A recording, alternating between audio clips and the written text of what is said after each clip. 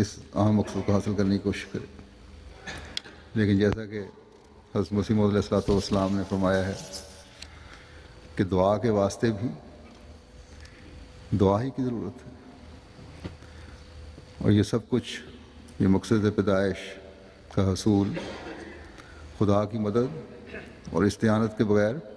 حاصل نہیں ہو سکتا. ہم صرف اپنی کوشش سے اپنی پیدائش کے مقصد کو نہیں پا سکتے. اللہ تعالیٰ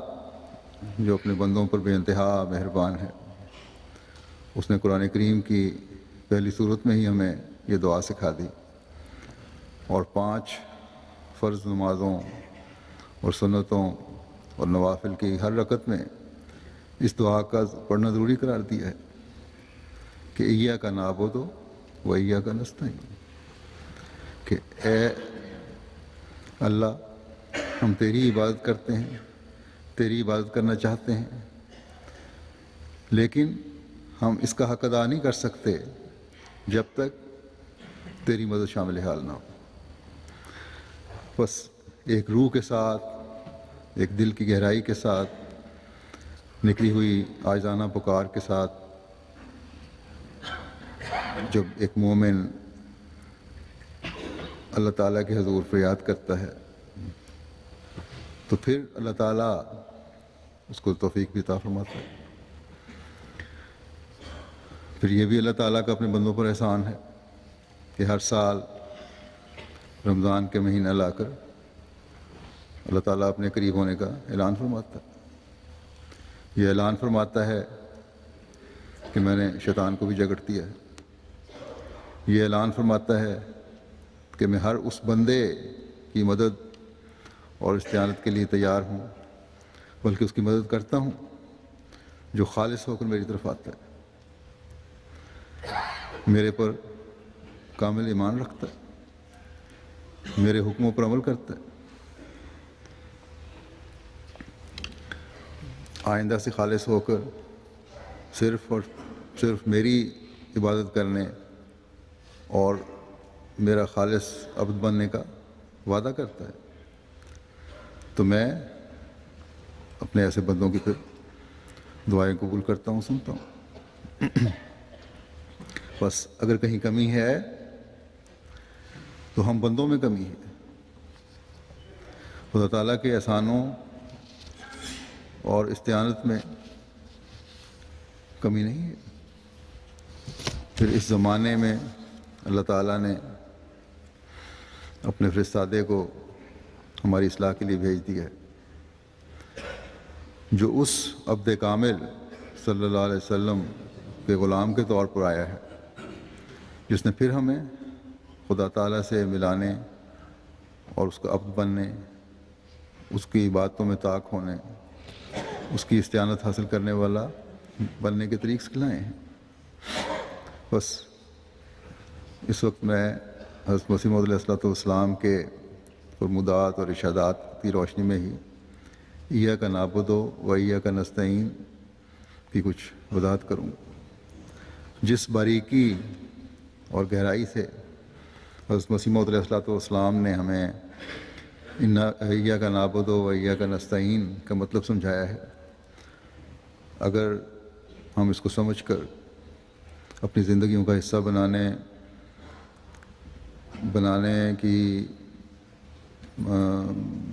والے بن جائیں، اللہ تعالیٰ ہمیں اس کی توفیق عطا فرما دے، تو پھر ہم خدا تعالیٰ کی عبودیت کا حق ادا کرنے کی کوشش کرنے والے ہی بن جائیں گے. اور یہ تب ہی ہو سکتا ہے جب ہم اپنی عبادتوں کو بھی کے معیار حاصل کرنے کی کوشش کریں، اور پھر عاجزی سے ان معیاروں کو حاصل کرتے ہوئے اللہ تعالیٰ کے حضور جھکیں، اسے مدد چاہیں. جب یہ ہوگا تو تبھی ہم ان لوگوں میں کھلا سکیں گے جو عبد رحمان کہلاتے ہیں. ایمان میں اس پختگی کو پیدا کرنے والے بن سکیں گے جس کا اللہ تعالیٰ حکم فرماتا ہے. یا جس کی ایک مومن سے توقع کی جا سکتی ہے یا کی جاتی ہے۔ حضرت مسیح موعود علیہ الصلوۃ والسلام کے عرفان نے جو اللہ تعالیٰ نے آپ کو عطا فرمایا،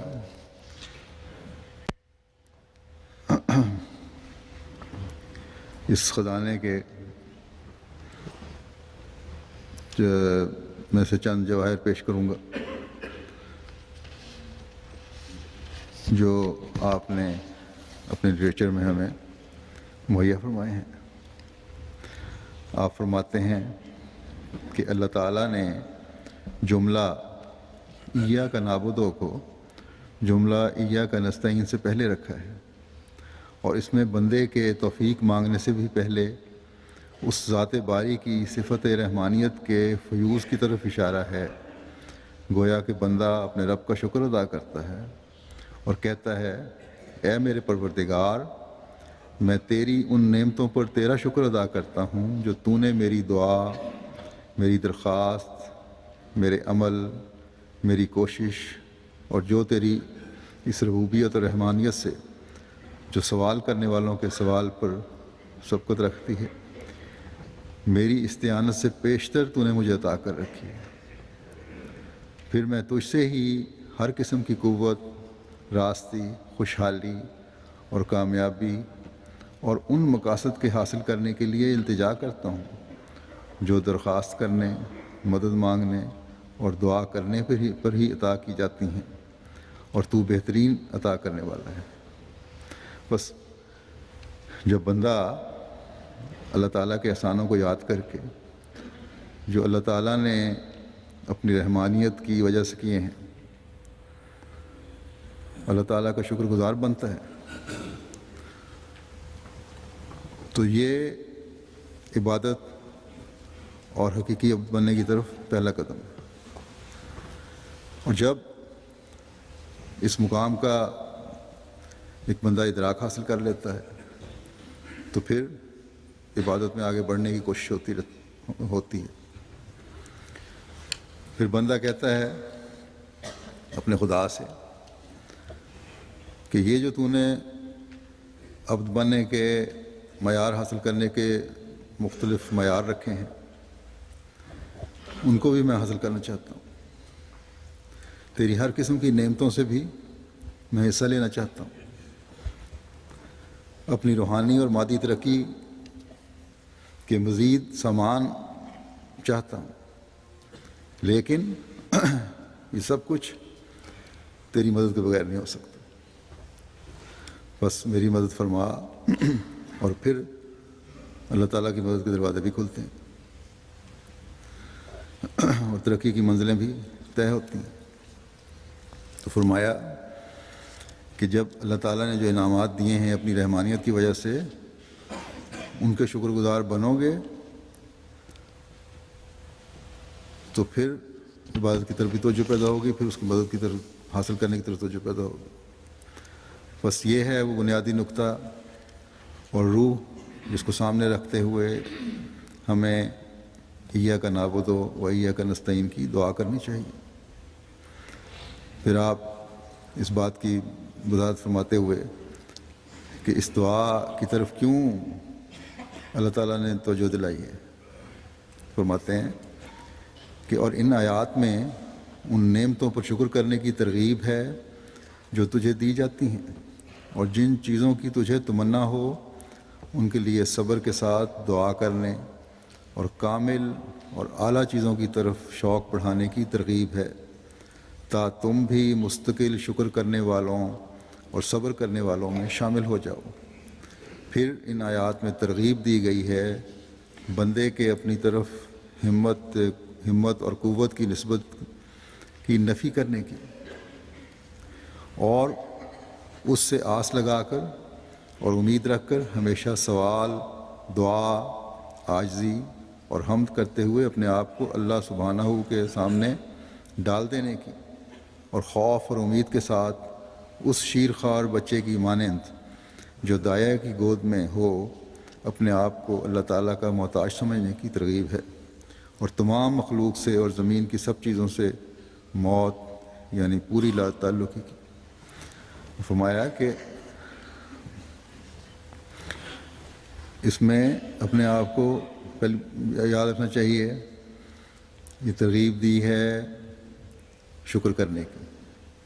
انسان شکر گزار بندہ بنے، صبر، دعا کی ترغیب دی ہے تاکہ تم پھر